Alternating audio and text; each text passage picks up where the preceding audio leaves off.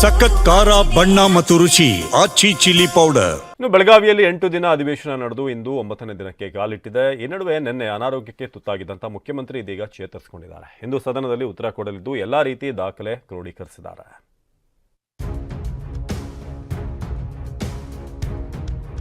ನಾನೇ ಮುಖ್ಯಮಂತ್ರಿ ಮುಂದಿನ 5 ವರ್ಷ.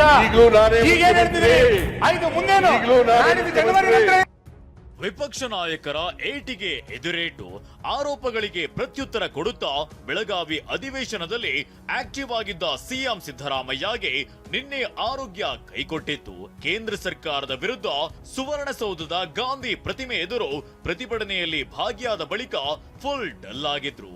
ನಂತರ ಸರ್ಕ್ಯೂಟ್ ಹೌಸ್ಗೆ ತೆರಳಿದ್ರು.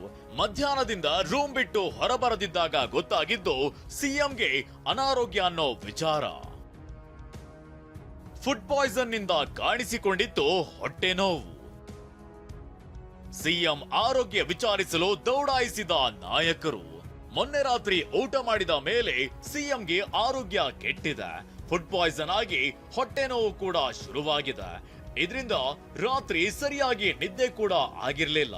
ಬೆಳಿಗ್ಗೆ ಆದ್ರೂ ಆರೋಗ್ಯ ಸರಿಯಾಗಿರ್ಲಿಲ್ಲ. ಇಂತಹ ಪರಿಸ್ಥಿತಿಯಲ್ಲಿ ಕಾಂಗ್ರೆಸ್ ಪ್ರತಿಭಟನೆಯಲ್ಲಿ ಭಾಗಿಯಾಗಿ ಬಿಸಿಲಿನಲ್ಲಿ ಕುಳಿತರು. ಇದಾದ ಸ್ವಲ್ಪ ಹೊತ್ತಲ್ಲೇ ಸುಸ್ತಾದ ಸಿಎಂ ನೇರವಾಗಿ ಸರ್ಕ್ಯೂಟ್ ಹೌಸ್ಗೆ ಆಗಮಿಸಿದ್ರು. ಕೂಡಲೇ ವೈದ್ಯರನ್ನ ಕರೆಸಿಕೊಂಡು ಚಿಕಿತ್ಸೆ ಕೂಡ ಪಡೆದುಕೊಂಡ್ರು.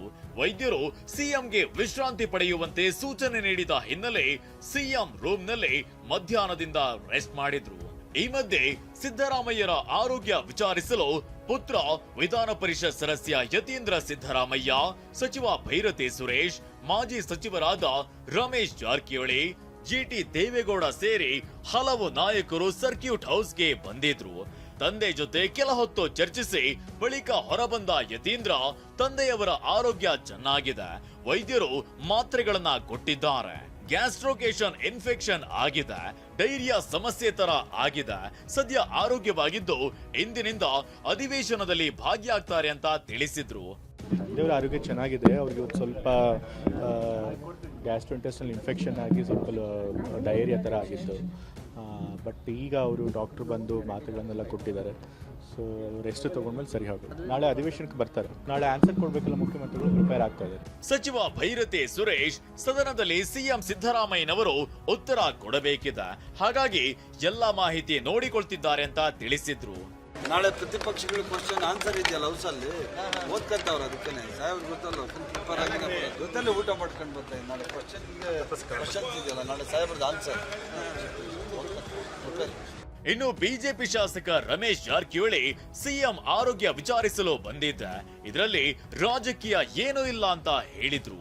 ಹಿಡಿಯೋದಿಲ್ಲ ಬಂದು 18 ದಿವಸ 12 ದಿವಸ ಆಯ್ತು. ಅವರ ಆರೋಗ್ಯದಲ್ಲಿ ಏರ್ಪೇರಾಗಿತ್ತು ಅಂತ ಸುದ್ದಿ ಕೇಳಿಬಂದು ಅವರ ಆರೋಗ್ಯ ವಿಚಾರ ಮಾಡಿದ. ಏನು ವಿಶೇಷತೆ ಇಲ್ಲ, ಆರೋಗ್ಯವಂತವರು. ಅಷ್ಟು ಮಾತಾಡಿ ಅಷ್ಟು ಮಂದಿ ಅದು ವಿಶೇಷತೆ ಏನಿಲ್ಲ. ಧೈರ್ಯ ಅವ್ರಿಗೆ ಅವ್ರು ಧೈರ್ಯ ಅದಾವ. ಅವ್ರಿಗೆ ನಮಗೆ ಧೈರ್ಯ ಹೇಳ್ತಾವ್ರು. ಅವ್ರು ನಮ್ಗೆ ಹೇಗೆ ಅವ್ರು ನಮಗೆ ಧೈರ್ಯ ಅದಾರು. ಕ್ಷೇತ್ರ ವಿಚಾರ ಮಾಡಲ್ಲ, ರಾಜಕೀಯ ವಿಚಾರ ಮಾಡಲ್ಲ. ಅವ್ರ ಆರೋಗ್ಯ ಏರ್ಪೇರಾಗಿದ್ದು ಮಾತಾಡಿ ಹೊರಟಿದೆ. ಬೆಳಗಾವಿ ಅಧಿವೇಶನ ಇಂದಿಗೆ 9ನೇ ದಿನಕ್ಕೆ ಕಾಲಿಟ್ಟಿದೆ. ಇನ್ನು 2 ದಿನ ಮಾತ್ರ ಬಾಕಿ ಉಳಿದಿದೆ. ಸಾಕಷ್ಟು ಪ್ರಶ್ನೆಗಳಿದ್ದು ಇದಕ್ಕೆ ಸಿಎಂ ಅವರೇ ಉತ್ತರ ಕೊಡಬೇಕಾಗಿದೆ. ಇಂದು ಮತ್ತೆ ಸದನಕ್ಕೆ ಹಾಜರಾಗ್ತಿದ್ದು ಸ್ವಪಕ್ಷೀಯರಿಗೆ ಹೆಚ್ಚು ಬಲ ತಂದಂತಾಗಿದೆ. ವಿರೋಧ ಪಕ್ಷದವರು ಕೂಡ ಸಿಎಂ ಅವರನ್ನ ಎದುರಿಸಲು ಸಜ್ಜಾಗಿದ್ದು ಇಂದು ಯಾವ ರೀತಿ ವಾಗ್ಯುದ್ಧ ನಡೆಯಲಿದೆ ಅನ್ನೋದೇ ಕುತೂಹಲ. ಸಹದೇ ಮಾನೆ, ಟಿವಿ9 ಬೆಳಗಾವಿ.